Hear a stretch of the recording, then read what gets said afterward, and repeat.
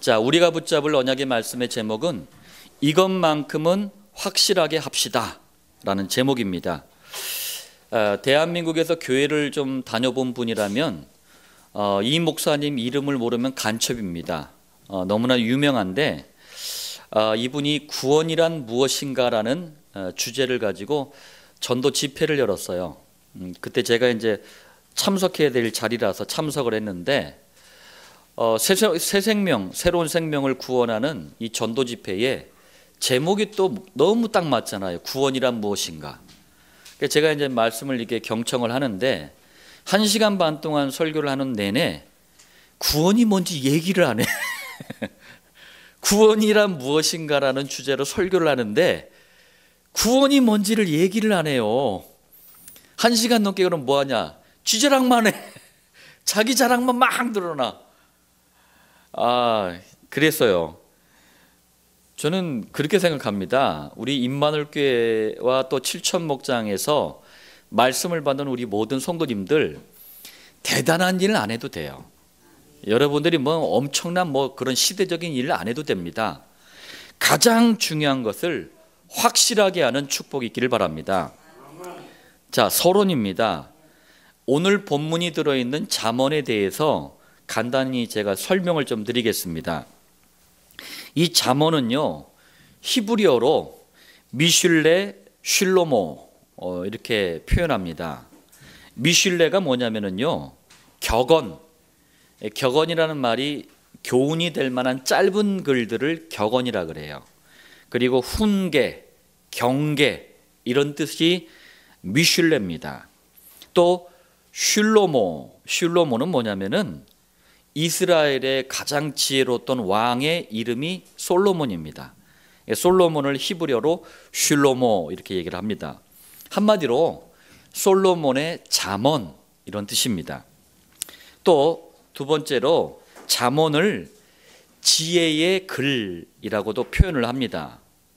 이게 왜 그러냐면은 잠언이 총 31장까지 있어요. 한 달이 며칠입니까? 31일이잖아요.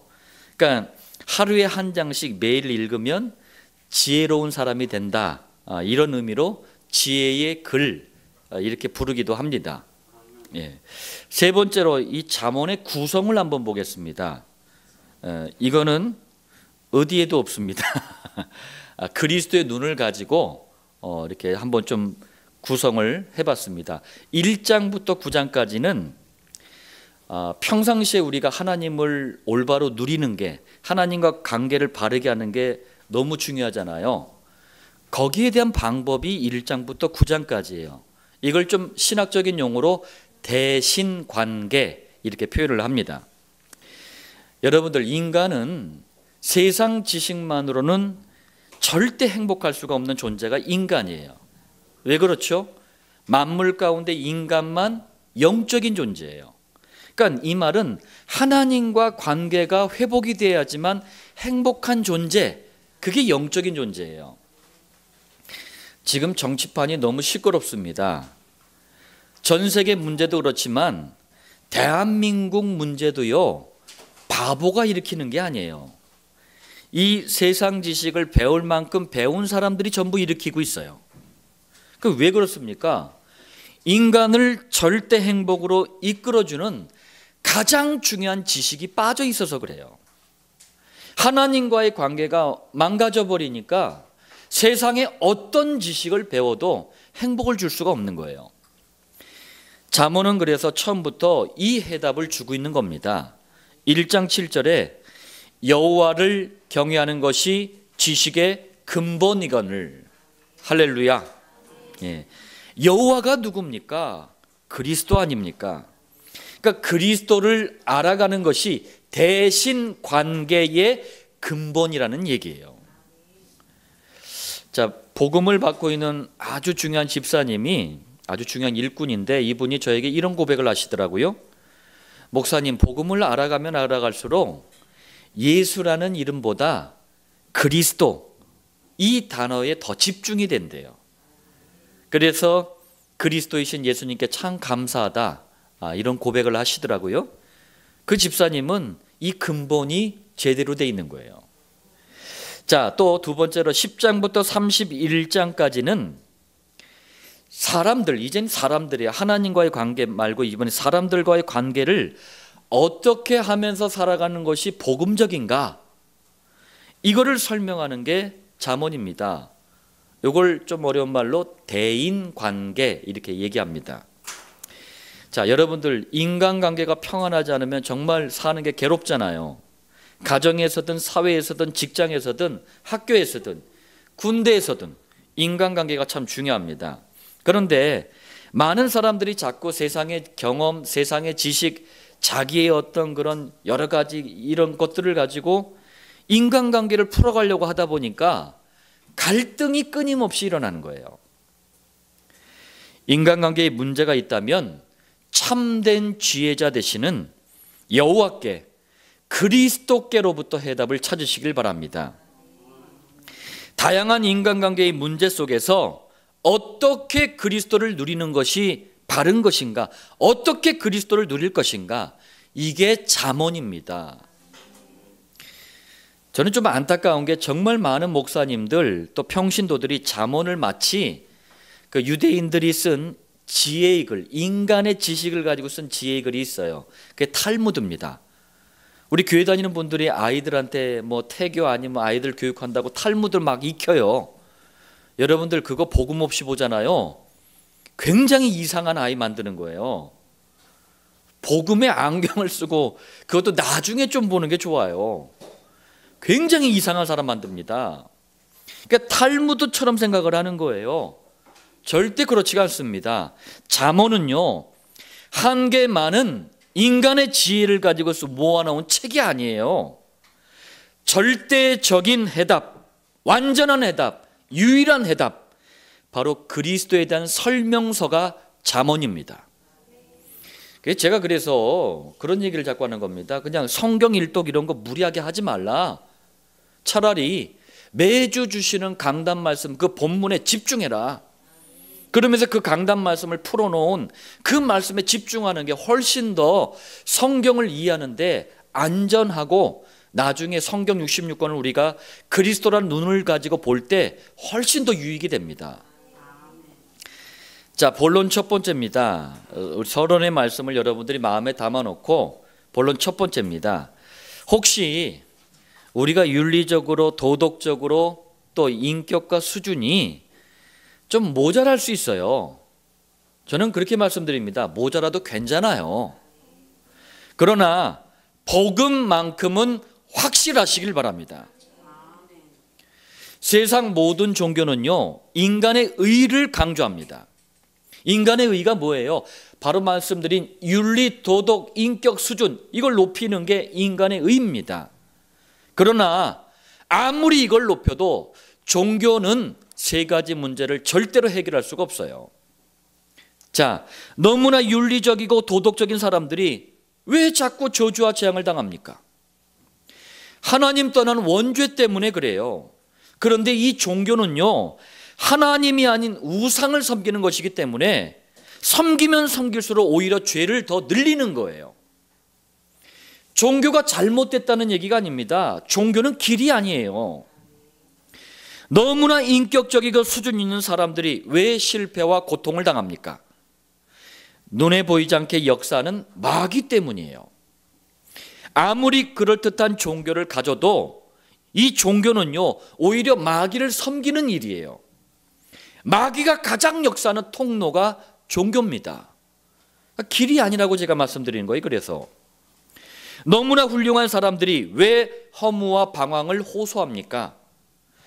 지옥 가야 될 운명에 잡혔기 때문에 어떤 훌륭한 것을 해도 허무하고 방황한 거예요.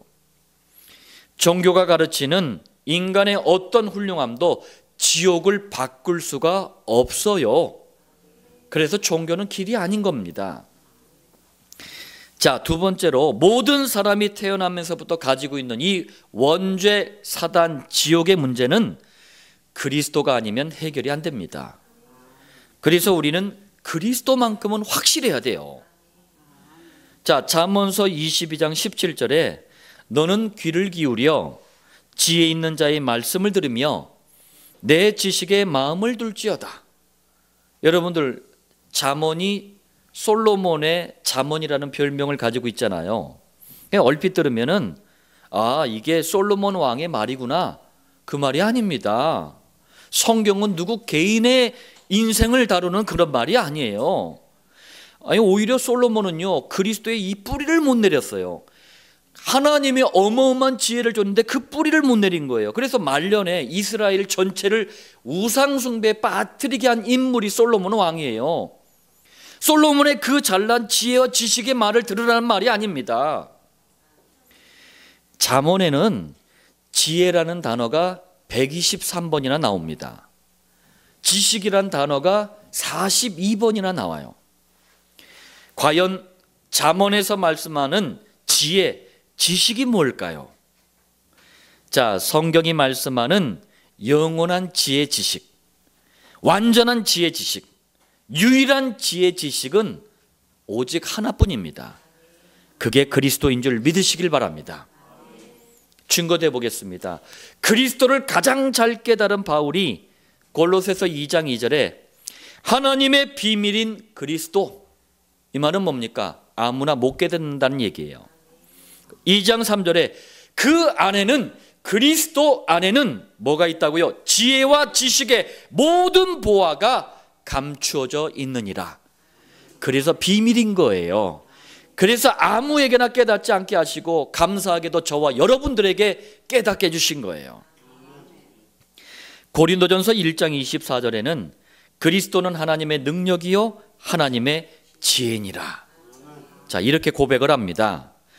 그리스도가 무슨 말인지 알아듣는 분들은 제가 분명히 말씀드립니다. 최고의 지혜와 지식을 가진 사람들이에요.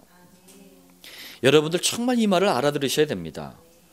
제가 간증하잖아요. 전교 꼴등이 최고의 지혜와 지식을 가진 이 그리스도의 비밀을 가진 학생이 딱 되니까 1년 만에 전교 1등이 됐어요.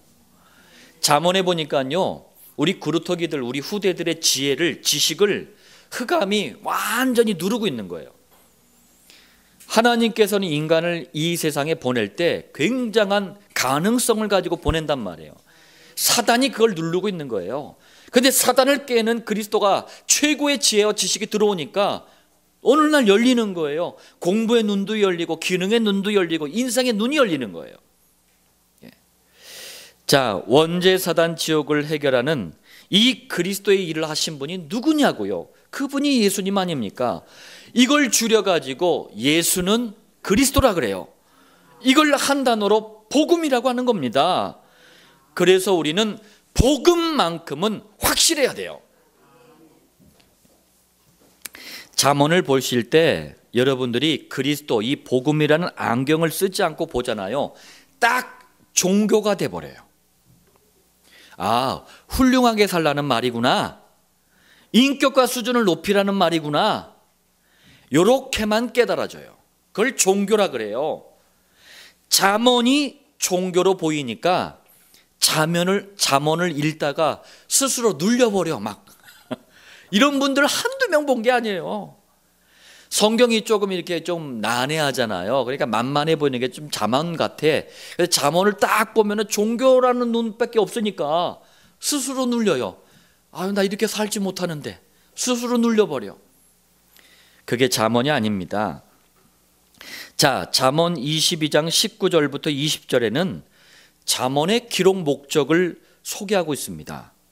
22장 19절에 내가 네게 여호와를 의뢰하게 하려 하여 이것을 오늘 특별히 네게 알게 하였나니. 여러분들, 여호와가 누굽니까?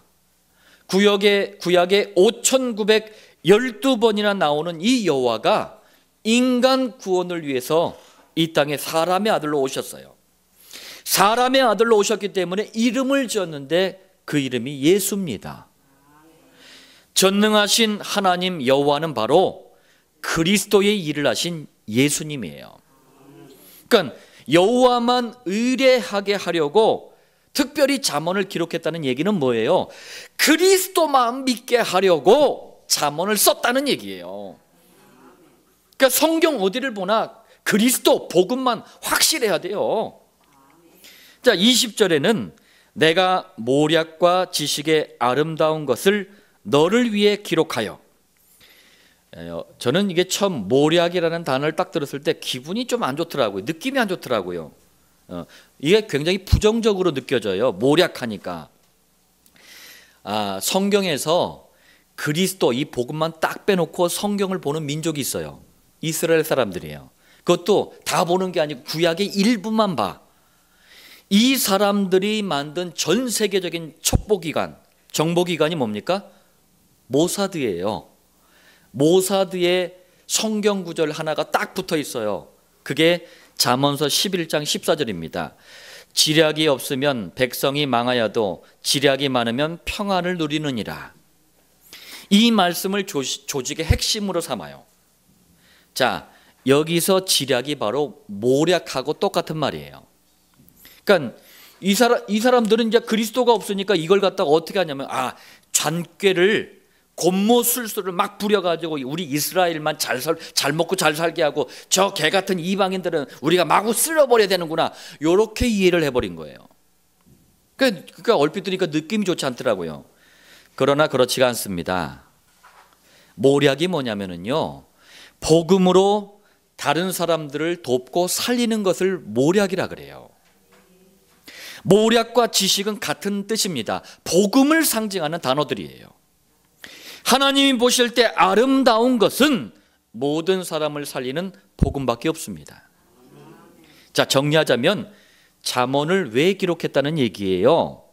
여호와 곧 예수가 그리스도라는 복음을 알려주려고 기록했다는 말입니다. 왜? 이것만이 사람을 살릴 수 있기 때문에. 성경 66권은 전부 이 한 가지 목적을 가지고 기록이 된 겁니다. 요한복음 20장 31절, 이건 이제 신약이잖아요. 신약도 똑같아요. 오직 이것을 기록함은 성경의 유일한 기록 목적이 있다는 얘기예요. 그게 뭡니까? 예수께서 그리스도이심을 믿게 하려 함이요. 여호와 곧 예수께서 원죄 사단 지옥을 해결하는 그리스도 곧 복음 그 자체임을 믿게 하려고 기록했다는 얘기예요. 잠언 역시 그리스도를 설명하는 설명서입니다. 지난주에 마태복음을 제가 이제 그리스도 중심으로 간단하게 요약을 했잖아요. 많은 분들이 그렇게 한번 이제 또 마태복음을 보신 모양이에요. 그러니까 너무 은혜가 됐더래요. 너무 감사하다고 고백을 하시더라고요. 자, 본론 두 번째입니다. 혹시 여러분들이 구제가 좀 서툴고 사랑이 좀 모자르고 봉사가 좀 서툴고 헌신을 좀 못해도 괜찮습니다. 그러나 기도만큼은 확실하시길 바랍니다. 자, 그럼 여러분들 어떤 것이 성경적인 기도응답입니까? 또 어떻게 해야 기도응답을 받습니까? 수많은 교인들이 기도응답에 대한 이 질문을 종교적으로 이해를 하고 있어요. 그래서 교회에 나와서 구제, 사랑, 봉사, 헌신 많이 하면 하나님이 응답하시는 줄 알아요. 교회에 나와서 복음도 모르는데 저는 이런 걸 막 하잖아요. 그럼 말립니다. 그런데 다른 교회 가면 이런 거 더 잘하라고 막 응원해. 막 자랑해. 그러니까 이 사람은 막 사람들로부터 막 격려를 받으니까 힘쓰고 애써 더 그걸 막 해. 그러다 보면 이분에게 가장 중요한 복음이 전달이 안 되는 거예요. 제가 분명히 말씀드립니다. 교회에 있어서 이런 건 상식입니다. 응답의 조건이 아니에요. 또한 거의 모든 교인들이 기도응답을 신비주의식으로 이해를 하는 분들이 너무나 많아요. 그래서 금식을 합니다. 왜? 응답 받으려고. 또 성경에 나타난 방언이 아니고 귀신이 주는 말을 자꾸 해요. 그리고 힌두교에서 가져온 이 입신, 힌두교가 귀신을 체험하는 방법이 입신이에요. 이걸 막 합니다. 그래서 저는 정신병이라고 얘기를 하는데 환청, 환상, 환각, 환시, 하나님을 봤대, 들었대, 이 정신병입니다. 이걸 기도응답으로 착각을 하고 있어요. 그러니까 인생 말년으로 갈수록요 자꾸 몸이 아파요. 이 신비주의식 기도응답을 체험하는 분들의 특징, 공통점, 무당의 무병처럼 이상하게 몸이 자꾸 아파요. 그러면서 이상하게 자녀들이 안 돼요. 그러면서 인생 말년이 비참해져 버립니다. 마지막에는요, 심지어는요, 귀신이 막 본격적으로 들리기도 해요. 그래서 제가 성경에서도 신비주의는 구원이 없다고 말씀해요. 제가 현장과 성경을 보니까 신비주의가 너무 위험한 거예요. 그래서 제가 말리는 겁니다. 성경도 말리는 거예요. 신비주의식 기도는요, 또 불신자들로 하여금 가장 교회를 부정적으로 보는 결정적인 역할을 하게 해요. 이 불신자가 교회 처음 딱 와가 교회를 떠나버리는 경우가 많아요. 왜? 교회가 너무 이상해. 너무 희귀한 짓을 해. 눈 뒤집어 까고 떼굴떼굴 구르질 않았나? 이상한 237개 나라에도 없는 언어를 하지 않나? 자, 그래서 우리는 기도만큼은 성경적으로 아주 확실해야 됩니다. 잠언서 22장 18절에 이것을 네 속에 보존하며, 이것이 뭡니까? 앞에서 말씀한 지혜와 지식이에요. 곧 그리스도, 이 복음을 우리 마음에 보존하는 것이 기도인 줄 믿으시길 바랍니다. 여러분들 이 말씀만 제대로 깨달아도 기도가 뭔지 이해가 되는 거예요. 복음을 우리 마음에 보존하는 게 기도라니까요. 네 입술 위에 함께 있게 함이 아름다우니라. 무슨 말입니까? 마음에 담는 가장 좋은 방법은 우리 입술로 계속 묵상하는 거예요. 읊조리는 거예요. 그리스도 이 복음을 우리 입으로 계속 읊조리는 거, 묵상하는 게 기도라는 행위예요. 니칼니칼 시칼 보칼하는 게 기도가 아니고, 아다다다다 하는 게 기도가 아니고, 복음의 말씀을 끊임없이 우리 입으로 읊조리는 거, 우리 입술 위에 복음의 말씀을 달아두는 게 하나님이 보실 때 아름다운 기도라는 행위입니다. 보세요. 성경이 기도에 대해서 정확하게 말씀하시잖아요. 그래서 임마누엘 교회와 칠천 목장에서는 어디서나 그리스도, 이 복음만 선포되잖아요. 그리고 그리스도의 말씀을 계속 묵상하는 정시 기도를 그래서 권장하는 겁니다. 자, 그러면은 벌어지는 일이 있어요. 일어나는 일이 있습니다. 그리스도의 복음이 강단에서 이렇게 예배 드릴 때 들을 때와는 다르게 더 깊이 깨달아집니다. 강단의 말씀이 성취가 돼요. 이게 바로 하나님 보시기에 아름다운 기도응답의 방법이에요. 이것이 성경적인 기도응답의 방법입니다. 성경적인 기도응답은요, 어렵거나 이게 복잡한 게 아닙니다. 오히려요, 하면 할수록 굉장한 평안과 굉장한 힘이 생겨요. 그러니까 하나님이 우리에게 주신 것들은 전부 다 힘이 됩니다. 평안이 됩니다. 진정한 위로가 돼요. 자, 본론 세 번째입니다. 혹시 여러분들이 조금 덜 거룩할 수가 있어요. 덜 경건할 수도 있습니다. 또 열심과 노력이 부족할 수도 있어요. 괜찮습니다. 그러나 전도만큼은 확실하시길 바랍니다.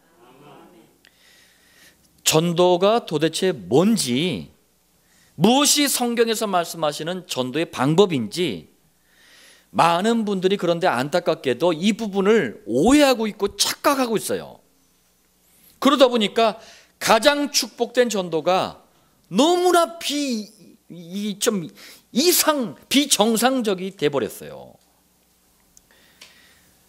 내 거룩과 경건을 과시하는 게 전도가 아닙니다.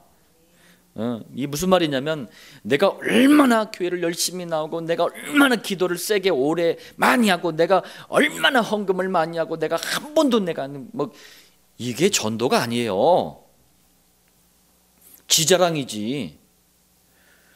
사람을요, 막 교회를 막 끌어올려고, 막 그냥 교회를 어떻게 하면 부흥시키려는 이 욕망과 야심을 가지고 그냥 막 수단과 방법을 가리지 않고, 이게 사단의 인도든 뭐든 상관도 안 하고 막 열심을 막 죽어라 노력을 하고, 나중에 그래서 병들고, 그게 전도가 아니에요.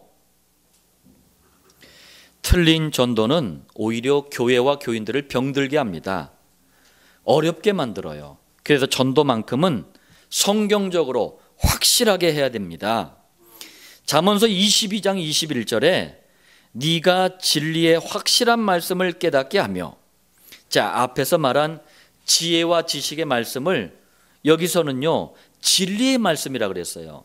그리스도, 이 복음의 말씀을 진리의 말씀이라고 했습니다. 그리스도께서 이 진리의 말씀이 뭔지 직접 말씀하셨어요. 요한복음 14장 6절에 내가 곧 길이요 진리요 생명이니, 예수님 자신이 진리예요. 예수님의 말씀은 진리의 말씀입니다. 자, 또 너를 보내는 자에게 진리의 말씀으로 회답하게 하려 함이 아니냐. 회답이라고 그랬어요. 화답이 아니고 회답입니다. 회답은 질문에 답을 하는 거예요. 여러분들 현장에 가면은요 불신자들이, 종교 생활하는 교인들이 이런 질문을 합니다. 아니 왜 윤리 도덕 인격 수준을 위해서 이렇게 애쓰는데 저주와 재앙이 옵니까? 왜 구제 사랑 봉사 헌신을 많이 하는데 실패와 고통이 떠나질 않습니까? 왜 거룩 경건 열심 노력을 했는데 왜 인생이 늘 허무하고 방황이 됩니까? 이 질문을 해요. 이 질문에 여러분들 진리의 말씀, 그리스도의 복음을 가지고 대답하는 게 전도예요. 이 질문에 이렇게 대답을 하면 그게 전도입니다. 윤리도덕 인격 수준으로는 안 됩니다. 왜요? 원죄 때문에 그래요. 원죄가 주는 저주와 재앙이 윤리도덕 가지고 해결되는 게 아닙니다. 그래서 그리스도께서 오셨습니다. 이걸 전도라 그래요. 구제 사랑 봉사 헌신으로도 안 됩니다. 왜? 눈에 보이지 않게 마귀가 실패와 고통을 끊임없이 가져다 줍니다. 이 마귀를 그리스도께서 해결하셨습니다. 이게 전도예요. 거룩 경건 열심 노력 좋지만 그것 가지고 지옥 문제가 해결되는 게 아닙니다. 지옥 문제로 오는 허무와 방황을 그리스도가 해결하셨습니다. 이 그리스도의 일을 하신 분이 바로 예수님이에요. 이렇게 소개하는 걸 전도라고 합니다. 제가요 전도가 너무 하고 싶어지더라고요. 처음에 이제 너무 저는 충격적으로 복음을 깨달았어요. 그래서 막 그때는 막 초기에는 막 뭐 아무것도 안 보였어요. 뭐 내가 내 정신이 아니었던 것 같아. 막 돌아다니면서 전도했어요. 미친 듯이 했어요. 막 무당집에도 가가지고 내가 복음 안 받잖아요. 그럼 지금은 제가 상상이 안 가시죠. 그냥 바닥에 누워버렸어요.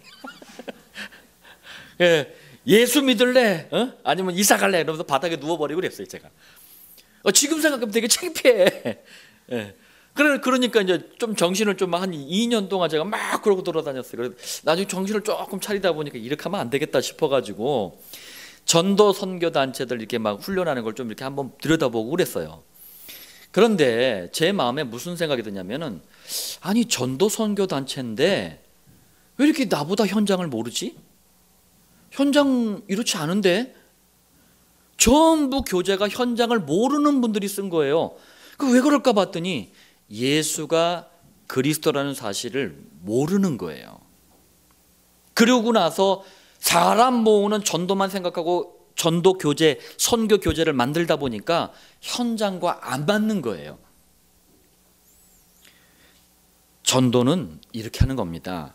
자, 초대교회도 이것처럼 똑같이 성경적인 전도를 한 거예요. 그 증거가 사도행전 5장 42절입니다. 그들이 날마다 성전에 있든지 집에 있든지 예수는 그리스도라고 가르치기와 전도하기를 그치지 아니하니라. 할렐루야.